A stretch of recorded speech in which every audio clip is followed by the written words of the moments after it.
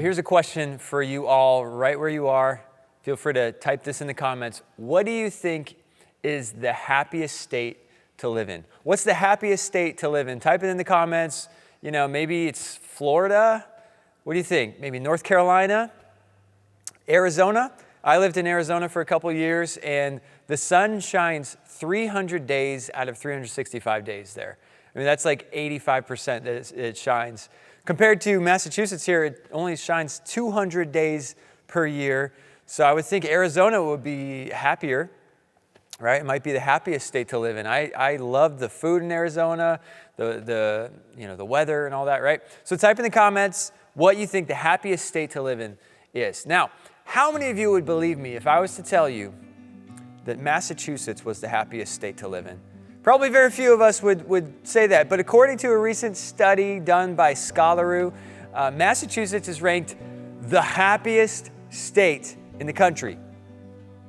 The happiest state. I had a hard time believing this, but factors included employment, leisure, mental health, finances, relationships, physical health, and social policies. Now, I don't know where they got their information, but I just don't believe it.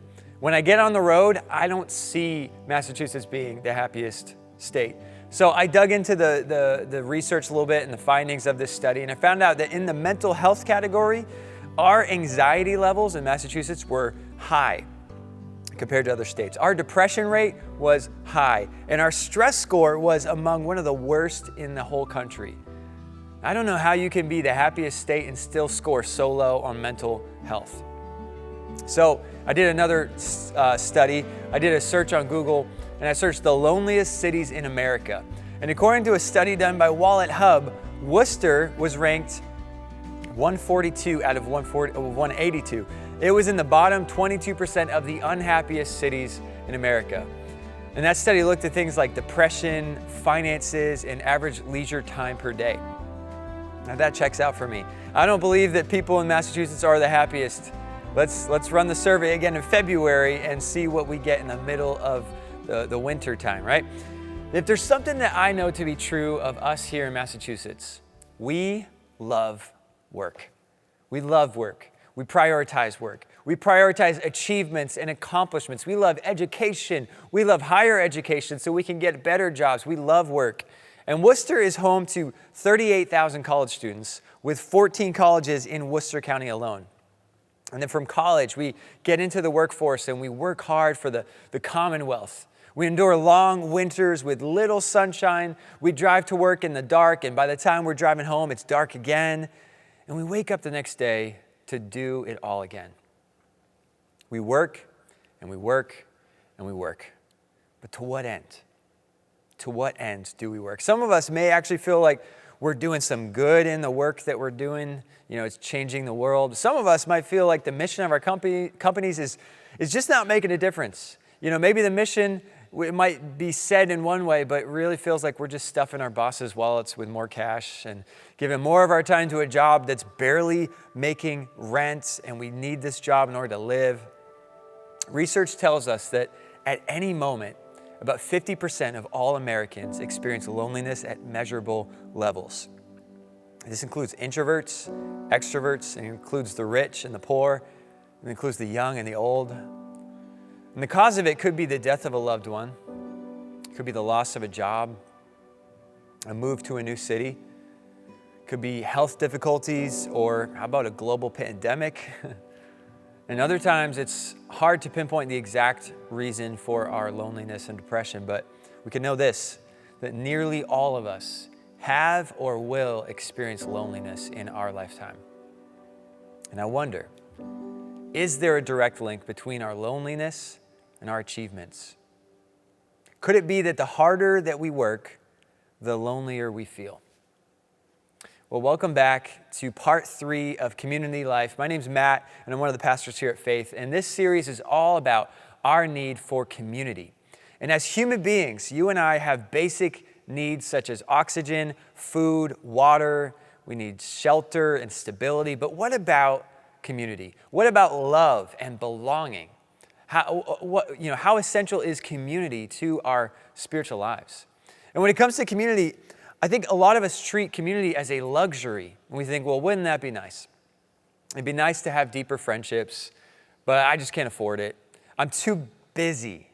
And we use this busy word like it's some mark of honor. I just can't invest my time in other people.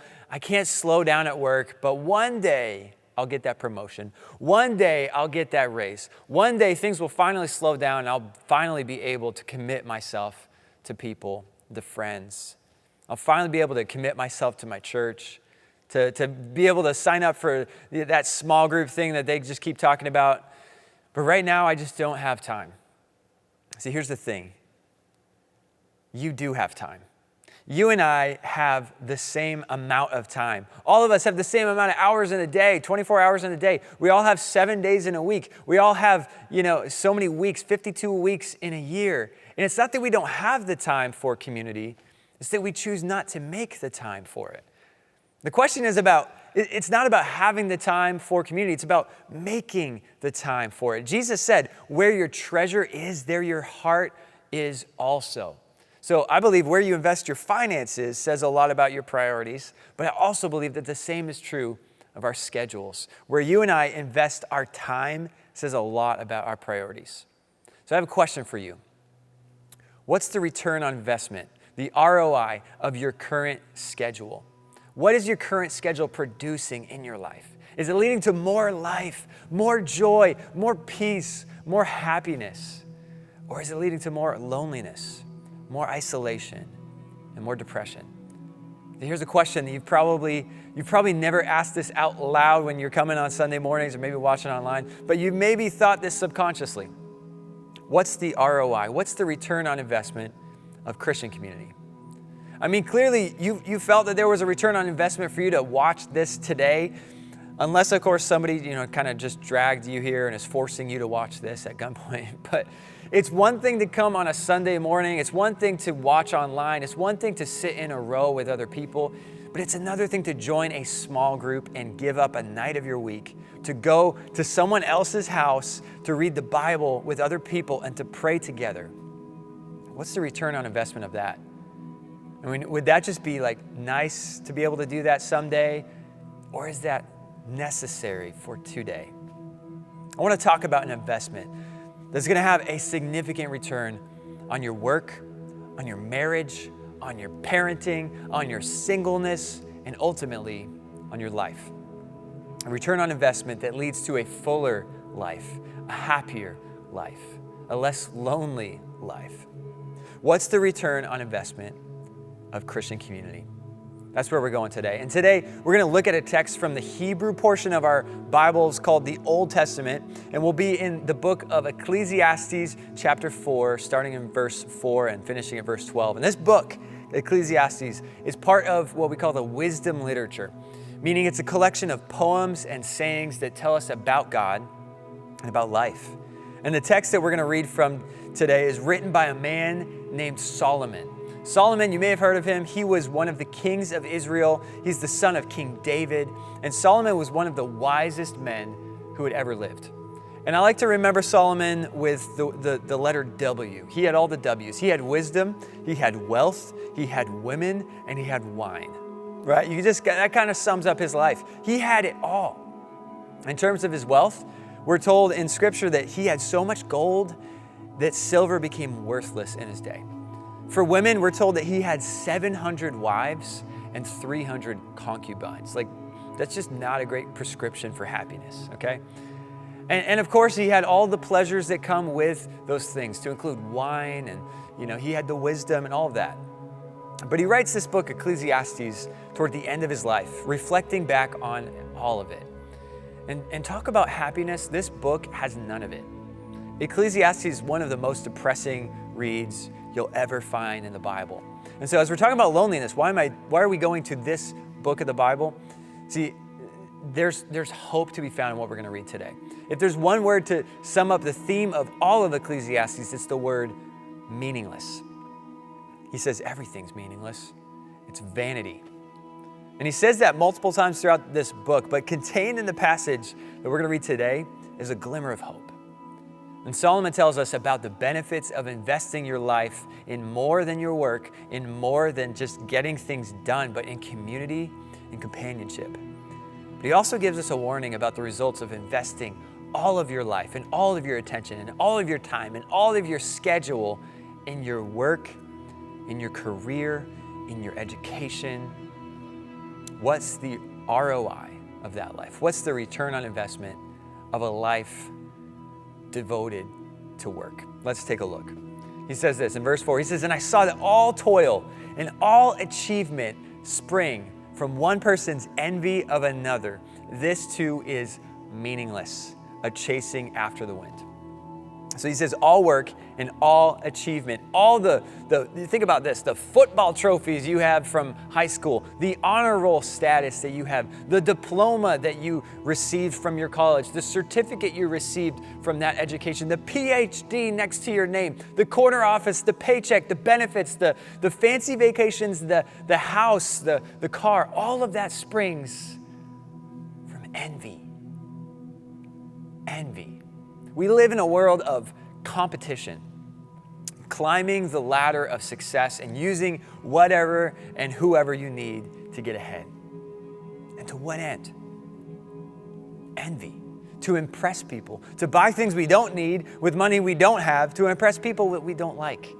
And Solomon probably thought that envy was like a huge problem in his day and age, but I don't think he had any idea how much worse it would get for us more than 2,000 years later. Today, we have the internet, we have social media that just throws people's accomplishments in our faces. And we see other people's highlight reels, we see their achievements, the fancy weddings, the dream vacations, the elaborate date nights. And it makes us feel like we need to work harder with the motivation to achieve more, to buy more, to one-up other people. And work prompted by a competitive urge, as he says, is meaningless. Work prompted by envy is like chasing the wind. So what do? Well, we could just quit. He goes on in the next verse. He says, "Fools fold their hands and ruin themselves." To fold your hands is an expression of laziness. Solomon is saying it's meaningless to work with that envious motivation, but that can lead us to think that we should just throw in the towel and live off the government, live off unemployment, live off the system. After a long, tough day of working hard, have you ever just come home, looked at your pet and thought, must be nice? Right? I've totally thought this. I just recently said this. When I came home, I looked at my dogs and I just thought, that's the life, man. They don't work, they don't toil, they just sleep all day, go to the toilet out in the yard, and then they get rewarded for it with a chew stick. I mean, that's the life, right? But here's the thing, none of us actually wants that. A life that just accomplishes nothing. There's something in us that wants to achieve something for our lives, that wants to have something to show for ourselves. And whether you have too much to do or too little to do, the result is the same.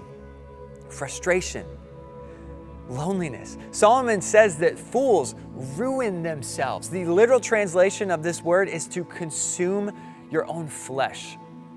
To fold your hands is just to waste away. Vivek Murthy, the U.S. Surgeon General, wrote an article this past April about loneliness, and here's what he has to say. In the article, he opens this way. He says, "A patient of mine once shared with me a most unusual story. He had worked for years in the food industry with a modest salary and humble lifestyle. And then he won the lottery. And overnight, his life changed. He quit his job and moved into a large house in a gated community. Yet as he sat across from me, he sadly declared, winning the lottery was one of the worst things that ever happened to me. Wealthy but alone, this once vivacious, social man no longer knew his neighbors and had lost touch with his former coworkers.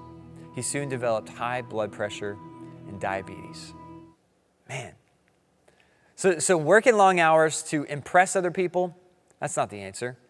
And then folding your hands, to just kind of waste away, that's not the answer. So what is? In the next verse, he tells us, he says, "Better one handful with tranquility than two handfuls with toil and chasing after the wind." Question, would you rather have one car or two cars? Would you rather have a 1,000 square foot home or a 2,000 square foot home? Would you rather have $1,000 or $2,000? Of course, we'd say two.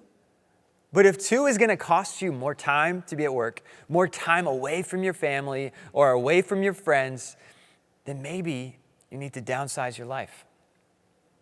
Parents, would you rather have your kid in one sport or two?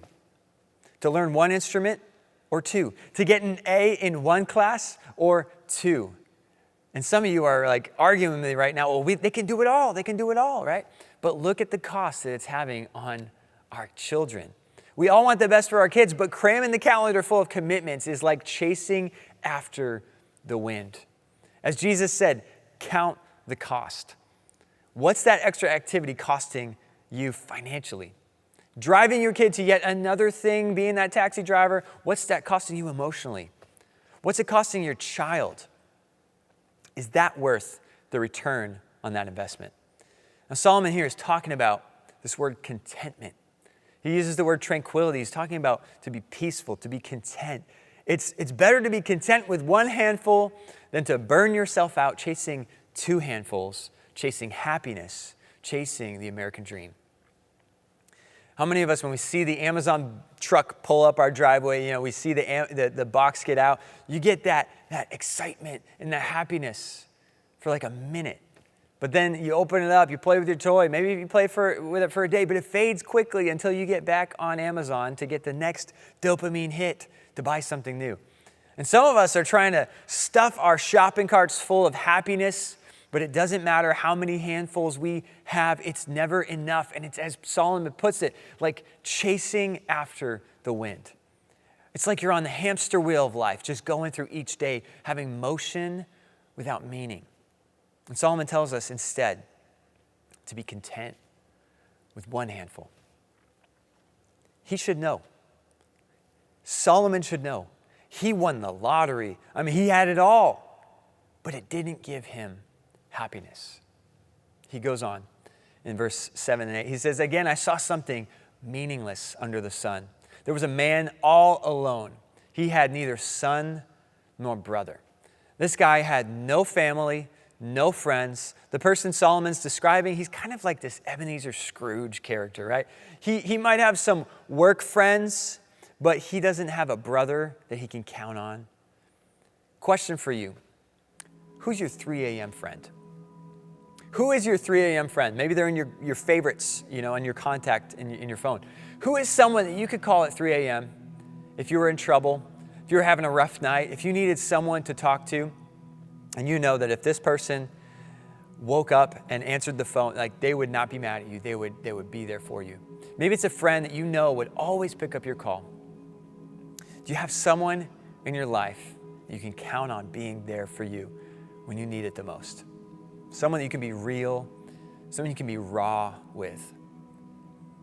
He goes on to say this. He says, there was no end to his toil, yet his eyes were not content with his wealth. Solomon's describing this man who's alone because he has no end to his toil, to his work. He doesn't make the time for friendship. And it's not because he's not content. Well, actually, that's the reason. It's because he's not content. He might be wealthy. He might be wealthy, but he's not healthy. He might be meeting his goals, but it's just not filling his soul. And how many of us would say we're not content with what we're producing? How many of us would say we're not satisfied with our work at the end of the day? I could speak from personal experience that I can't remember the last time I finished a week and felt like satisfied, like I got everything done that I wanted to get done. There's never an end, and I'm a task-oriented person. And so if you're like me, we download apps to try to be more productive. We just read more books to acquire more knowledge. We get all the tools that we need to be successful, but it's never enough.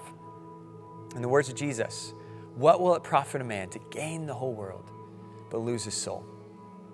Solomon says that this man asked, for whom am I toiling, he asked, and why am I depriving myself of enjoyment? This too is meaningless, a miserable business. How many of us have stopped to ask this question? Who am I working for? why am I doing this? Is this really worth the time I'm putting in? Is this the return on investment really? Is this really worth how much time I'm putting into my job when I'm miserable? Other translations actually say that he never asked this. Other translations say he never asked this question. And I think a lot of us, we never ask this question. We just kind of live this unexamined life. We just go through our day with no thought of the bigger picture of what we're living for. Why am I depriving myself? Why am I depriving myself of enjoyment? Depriving myself of relationships or of friendships? See, in our day and age, we measure our lives by our work. What's the first question you ask someone? What do you do? We regard our work as primary and everything else is time off. But it was actually the opposite in the ancient world. The Latin word for business is this word negotium. The Latin word for business is this word negotium, which means not leisure. Not leisure. And in Solomon's day, leisure and rest were the norm by which all other activity was measured. So here's something we need to remember. We don't live to work, we work to live. We don't live to work, we work to live. And as a workaholic myself, I struggle with this. I am task-oriented, and it's so easy for me to just always be working, always be thinking about work, always be talking about work. And if I don't structure fun and friends into my life, it's just not going to happen. And I find myself asking the question, to what end? To what end am I striving and depriving myself? Some of us today would say we work for a miserable business. Some of us would say we are miserable. But Solomon is about to tell us about a greater investment that we can make, an investment that will bring a greater return than the miserable business of workaholism.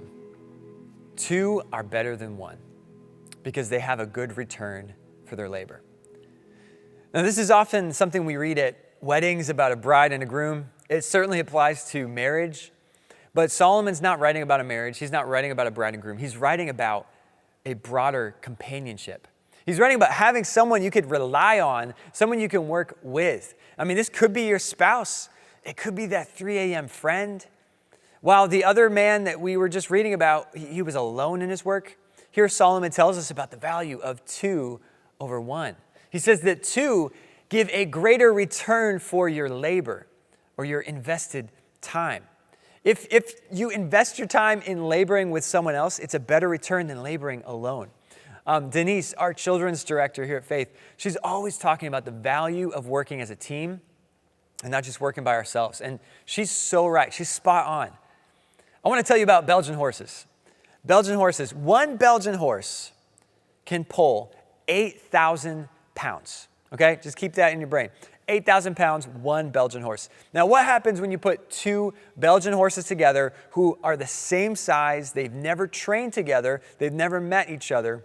If one horse can pull 8,000 pounds, well, then you would think that 2 could pull how much? 16,000 pounds, right? But here's the amazing thing. 2 Belgian horses who have never trained together, never met each other, can pull not 16,000 pounds. They could pull 24,000 pounds. That's 3 times the amount that one horse can pull. Now, if you train these horses for 6 weeks together, 2 Belgian horses can pull 32,000 pounds. That's 4 times the amount that one Belgian horse can pull. Is that not amazing?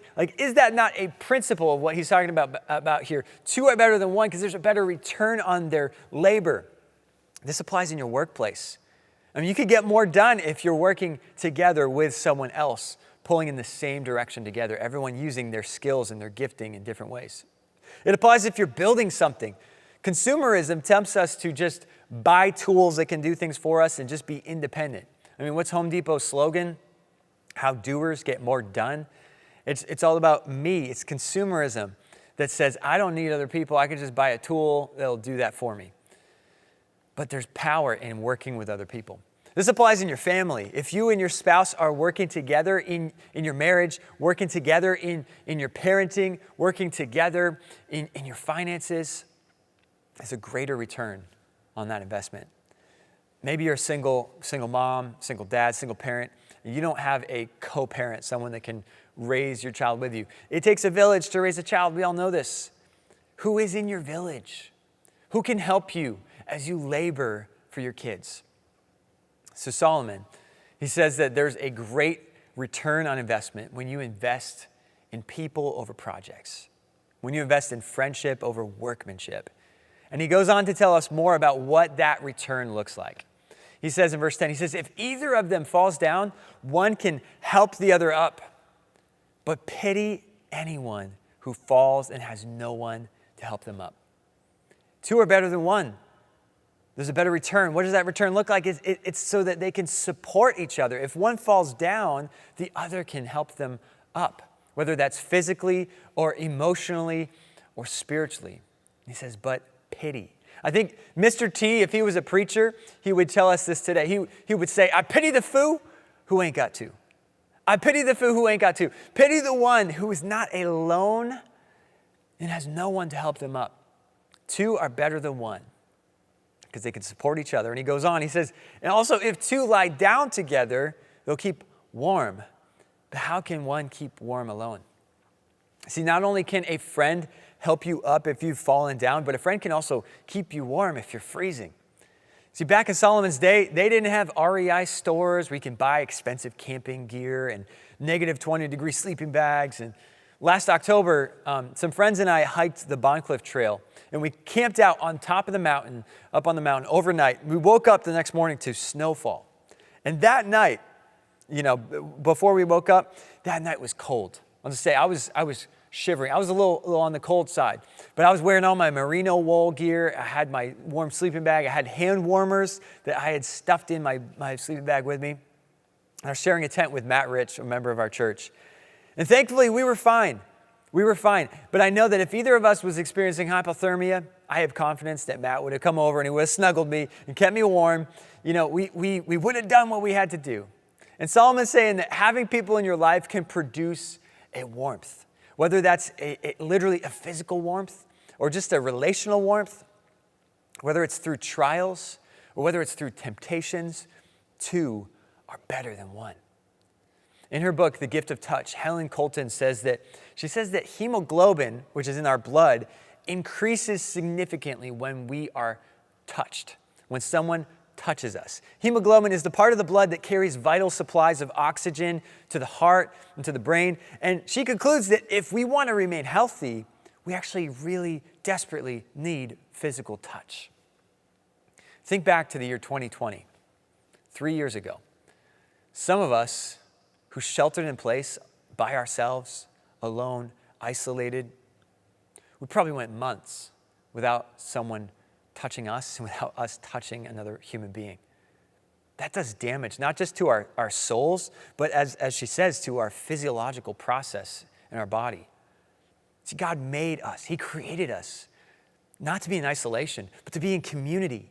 And it's in this community that we can put a hand on somebody's shoulder. We can give a hug to somebody else. We can pray for people by laying hands on them. In some cultures, they kiss each other. I'm not ready for that yet, so nobody come and approach me that way. But there's power in a hug or even just a handshake. So, two are better than one because they support each other, because they keep each other warm. And he says, though one may be overpowered, two can defend themselves. I want to tell you a brief story. In December 2011, Kendall, my wife, and I, we were just dating at the time, and she took a trip to Europe with one of her college friends. And one of their stops was Paris, France. I don't know if you've been to Paris. Maybe you have, but it's called the City of Love. But I don't know if love would, use that would be the word that Kendall would use to describe her experience in Paris. Because while she and her friend Bailey were on this crowded subway in the underground of Paris, there was a group of Frenchmen that came onto the subway. And these men came onto the subway, and they managed to get in the middle of two of them and separate the two of them.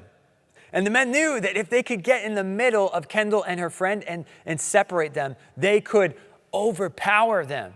And once they were separated, one of the men took Kendall and he shoved her down on the ground, and he stole her wallet, and it had her credit card, it had her license in it. Thankfully, she had her passport on her still. But here's the thing, two are better than one. Because when you're isolated, when you're alone, you can be overpowered, but two can defend themselves. Whether you're being tested or whether you're being tempted, whether it's a physical threat or a spiritual threat, you don't want to be alone. You can't be alone. And let me tell you, Solomon knew this. He knew how important this is, not just for himself, but because of his dad. Let me tell you a story. Solomon is the son of King David. And David, you remember him from the Bible, he was the guy who overpowered Goliath. And David, who overpowered Goliath, could not even overpower his own temptation. It says in 2 Samuel 11, just to tell you the story, that David, while other kings went off to war, David stayed behind in Jerusalem. And he was alone, and he was isolated. He took a nap, and when he got up from his bed, he went on the rooftop of his house, and he was by himself. He's walking around his roof, and he says that he noticed a woman. And it literally says, a woman of unusual beauty, taking a bath. Man, he's isolated. He can't have someone that can help defend himself. He is overpowered in that moment. This woman's name is Bathsheba. And she was married to one of David's soldiers, Uriah the Hittite. But David, who overpowered Goliath, could not overpower his own temptation because he was alone. See, the enemy wants you alone. He wants you isolated because he knows that one can be overpowered. One can be overpowered, but two are better than one because two can defend themselves. And some of you are isolated. Some of you are alone. But even better than two, he says a cord of 3 strands is not quickly broken. There's power in numbers.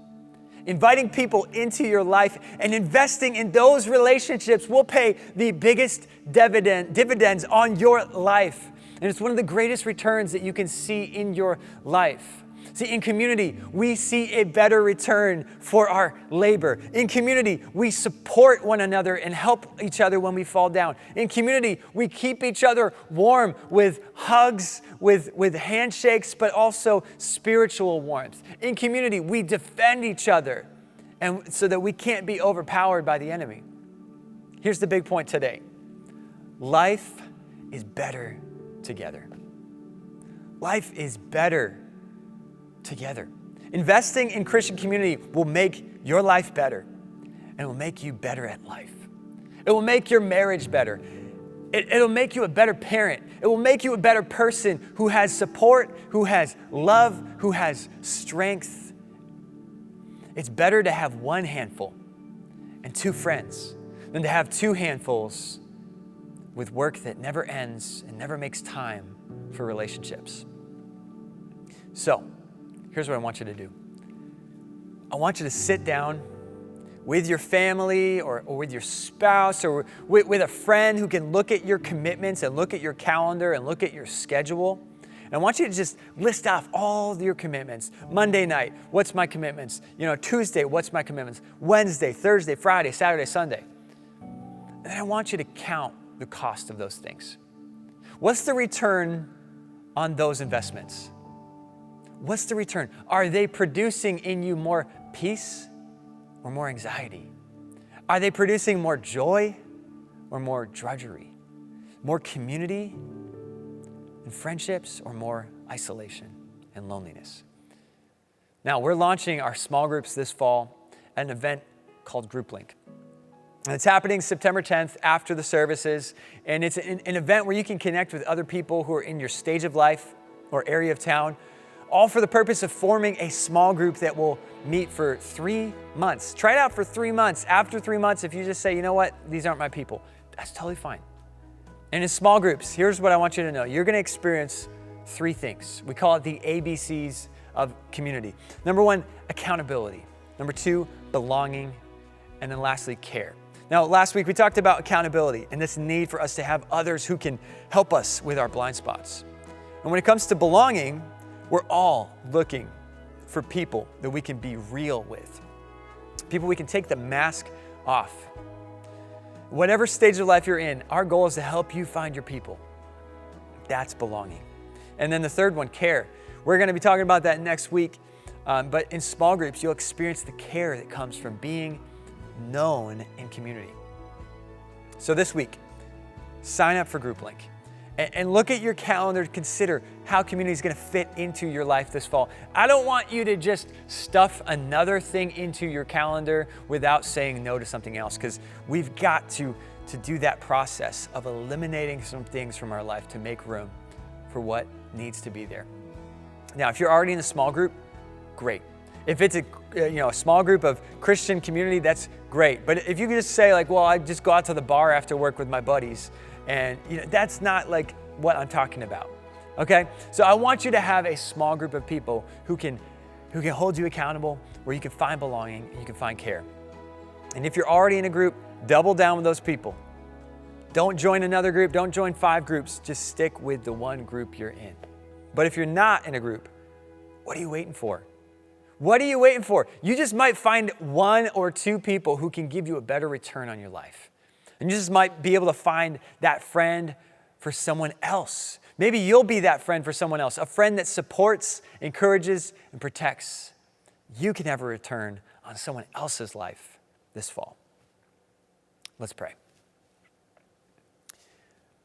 God, I just pray that all of us would just have the wisdom to know the things you're calling us to.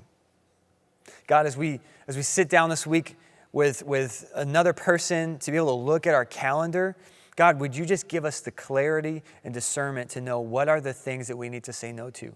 What are those commitments that are not producing a return on our lives that is worthwhile? God, what are those things that are leading and producing not the fruit that we want to see, but the fruit that we don't want to see in our lives? More burnout, more stress, more envy. God, would you produce in us a contentment that we would lean into community, that we would be a part of a community group this fall, that we can be in accountability, we can find belonging, we can experience care. Jesus, make room in our schedules this fall. We pray all of this in your precious and holy name. Amen.